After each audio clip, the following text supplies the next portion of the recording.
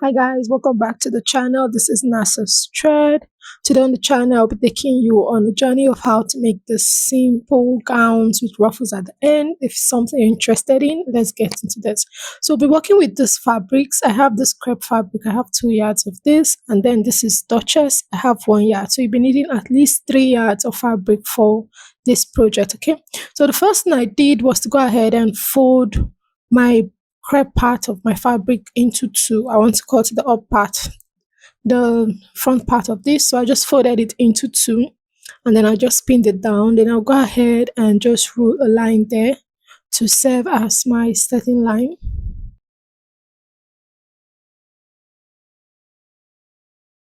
So after that, I'll go ahead and mark half of the shoulder I'm using for this, which is 8.5 inches. And from that point, I'll go down by 1 inch for my shoulder slant. Okay. Then I'll go ahead and mark a neck width of 3 inches. Then, okay, just adjust this properly so you can see what I'm doing. Okay. So I will mark my neck width of 3 inches. So I've already gone ahead to mark my shoulder, which is 8.5. I came down by 1 inch for the shoulder slant, and then the neck width of 3 inches. I'll just go ahead and mark it down. Okay, then I'm going to just slant that from the shoulder slant area into my neck width.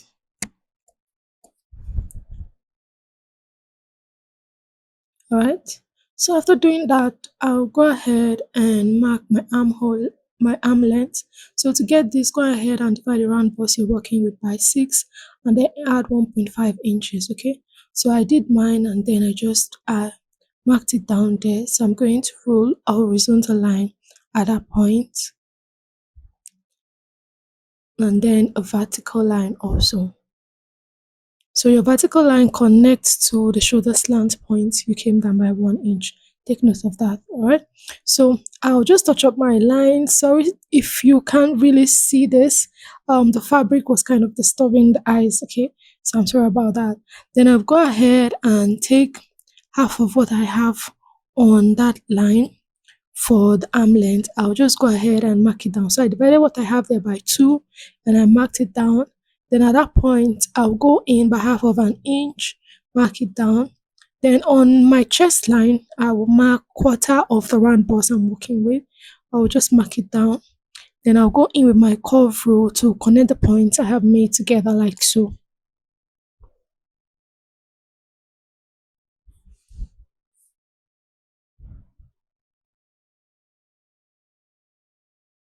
Okay, so I've marked it down, I've ruled my line at that point. So I just went ahead to touch it up again. I'm really sorry if you could not see this. I was actually using a blue chalk and I was surprised it wasn't so visible by the time I finished shooting this video. Right, so this is what we have for that for the arm circumference. So the next thing I want to do is to impute my other measurements, vertical measurements. So we have the chest line, which is going to serve as the bust point also. I just went ahead to mark the shoulder to waist and then I'm marking the hip point. So my I just went down from my waist to mark the hip point so that it's accurate. Okay, that's just what I did and got that. Then the next thing I want to get is the full length. Now remember you will be having ruffles attached to the end. So whatever full length you're using for yours, minus the length of the width of your ruffles. Okay, for example, I want the total length of this dress to be 42 inches. By the time I finish adding my ruffles and everything, it should be 42 inches. So I want my ruffles to be 8 inches long. I just went ahead to minus 8 inches from 42 and then I marked it down at that point. Also ensuring I add half of an inch to that for joining allowance. So you minus whatever length you're using for your ruffles from your actual length measurement and then add half inch to whatever you get. Okay, the half inch you're adding will serve as your joining allowance when you're joining your ruffles to the main piece of your fabric. Okay, so we have that all placed down. We have the chest, the half length, the hip, and then the full length. All right. So the next thing I want to do is to impute our horizontal measurement. We have that of the chest area, that's the bust area already. So I will just add 2 inches to this for my seam allowance. Now I want to have 1 inch for ease, and then the other 1 inch for inseam allowance. That's for sewing. I'll repeat the same thing for around the waist. Divide the waist circumference by 4, mark it down, and then add 2 inches to that. So for the 2 inches, I'm adding 1 inch is for my ease allowance because it's not meant to be a fitted dress, and then the other 1 inch is for stitching it down. All right. So I just went ahead to repeat the same thing on the hip, on the waist area. So you divide your circumference by whatever point you're marking at that point, divide it by 4, and then add 2 inches to yours, depending on how free you want it to be. If you want yours to be freer, you can go ahead and add more allowances to yours. So I just went in with my rule to make my connections. I really hope you can see this, okay? I'll try my best to explain this well enough for you to understand properly, but I really hope you can see this, okay? Now, on the full length, okay, you'll notice I've not marked there yet. We're going to be using the same measurement we have around the hip area. Now, this is because it is not like a fitted kind of gown. So the same measurement we have at the hip is what I'm going to replicate there. Now, the measurement I'm talking about is your circumference divided by 4 plus your allowance, okay? Now, for the neckline, go ahead and mark our neck depth. So for the neck depth, I want to use a neck depth of 5 inches. Okay, at the point I was contemplating, but I decided to use 5 inches for the neck depth. And I just connected that with a simple curve there, like a simple C curve with my hands. All right, I just did the freehand curving at that point to get it. All right. Then this is all we'll be doing for the front. We'll just go ahead and cut it out. So it's a dartless kind of gown. It is not form fitting. Just it's a free kind of dress. It's a simple dress actually, but it's actually a pretty dress. At the end of the day, you can wear for any occasion if you just want something easy.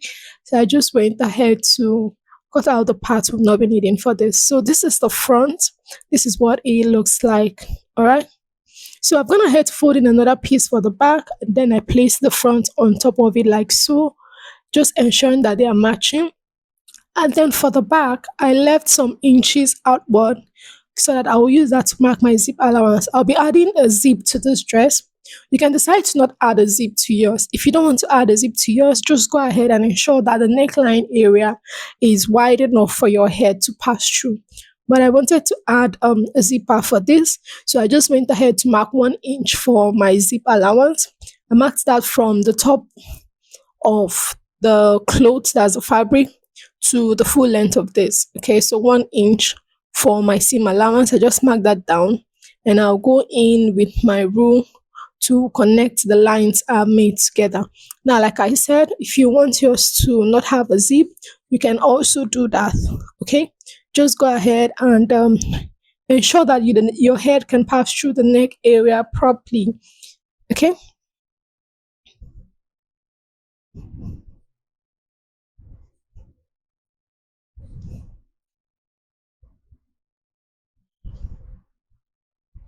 All right. So the difference between the back and the front will be our neckline and then the zip allowance. All right. So for the neckline of the back, I'll be using 1.5 inches for the neckline. Remember, I said this is going to have a zip. So 1.5 inch is okay for the back. But if you don't want to add a zip to yours, you can use 2 inches for the back so that it is accessible to your head. Okay. So I've marked that down. I just did a simple curve there also. I'm going in with my scissors to just cut it out.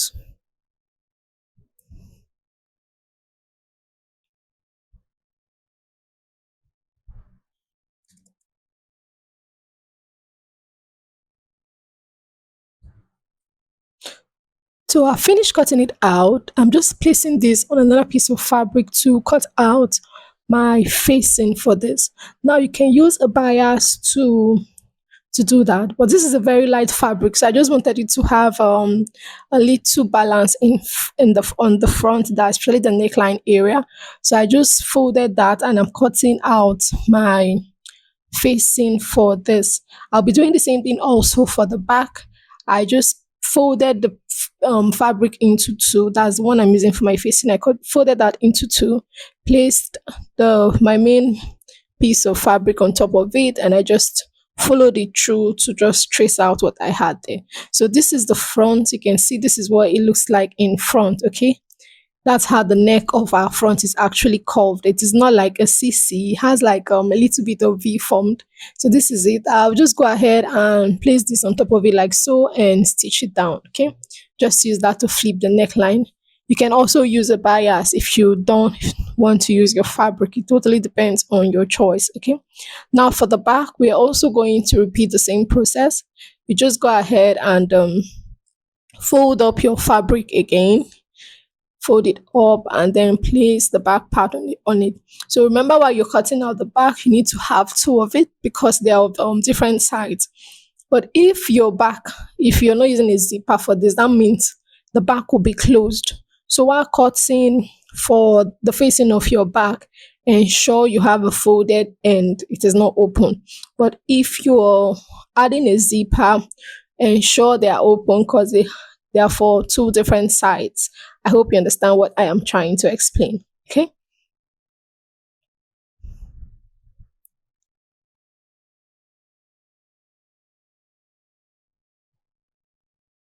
All right. So we've done that. Now for the back, we'll also do the same thing. You just pick the piece that matches any part of the back. You're going to place this right side of fabric to right side of facing, and then stitch it down, flip it to the other side. All right. So I've gone ahead to fold in another piece of fabric for the sleeves. So I just folded it into four for my sleeve. So I'm just going ahead to take the measurement, the length of the sleeve. Now the sleeve will also have like ruffles at the end. It also have a form of joining also at the end in order to match with the down part. So I'm using 13 inches for the total length of this.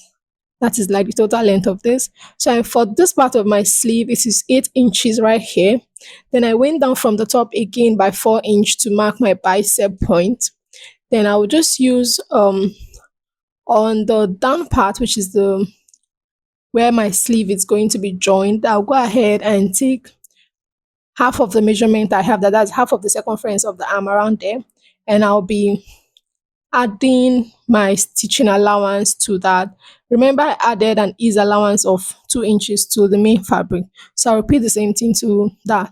So before doing that, I went in with my free hand to just make a curve for my sleeve. I just curved it down. I'll go in with my tape to also measure half of what I have around my armhole. I just marked it down, and then I'll add my seam allowance to this. I'm adding 1 inch of ease allowance like I added for the main fabric, and then 1 inch for stitching. So I just added that, and I'll connect it to my full length, and then we have our sleeve. So I just go ahead and cut it out. Like I said, we'll be attaching like ruffles to the sleeve also. So that is the essence of it being this short. The other part, the other length of the sleeve will be compensated with the ruffles part. So I hope you understand what I'm trying to explain. Okay, so this is a sleeve. This is what it looks like. Okay, so if you open it up, we have this like this, right? So just keep this aside. I've gone ahead to flip my neckline with my facing. You can see this is the front. I've done that, and then I gave it a good press. I also did the same thing for the back. Okay, and I also went ahead to just join the shoulders together by half of an inch. I've joined the shoulders of my piece together, right? So I'll keep that aside. Now for the sleeve, remember I said it's going to have ruffles for this. I've gone ahead to cut out what I'll be needing. So the length I have for my ruffles is 6 inches. All right, so you need to have your allowance to add to join it to the sleeve itself, and then you need to have the allowance to hem it at the end. And also for the length of your ruffle, the length you're supposed to cut out for the ruffle, you can multiply what you have around the sleeve by 2, by 1.5, depending on how full you want it to be. All right. So yeah, just use that to cut it out. And I'll just go ahead and gather this around the edge of my sleeve for both parts of my sleeve. Okay. So I'll just gather this. You can decide to pleat this or just gather this, whatever one you think works for you. So this is what it looks like after I did that. I hope you understand what I was trying to explain. Okay. This is what it looks like. All right. So right now we'll bring in back our fabric, and then we want to attach our sleeve to our dress, right? So I'm just going to place this properly. I've already gone ahead to make notches to indicate the midpoint of my sleeve, right? So I'm just placing the notch part of the sleeve I made to the joining of my shoulder area. I just pinned it down, ensuring that I'm matching properly, and I'll go ahead and stitch it to the left and stitch it to the right. Then I'll repeat the same process for the other sleeve. Take my sleeve, which I already notched, and then position the notch part to the joining part of the shoulder and stitch to the left and stitch to the right. Okay, so this is what it looks like after I did that. I've done that.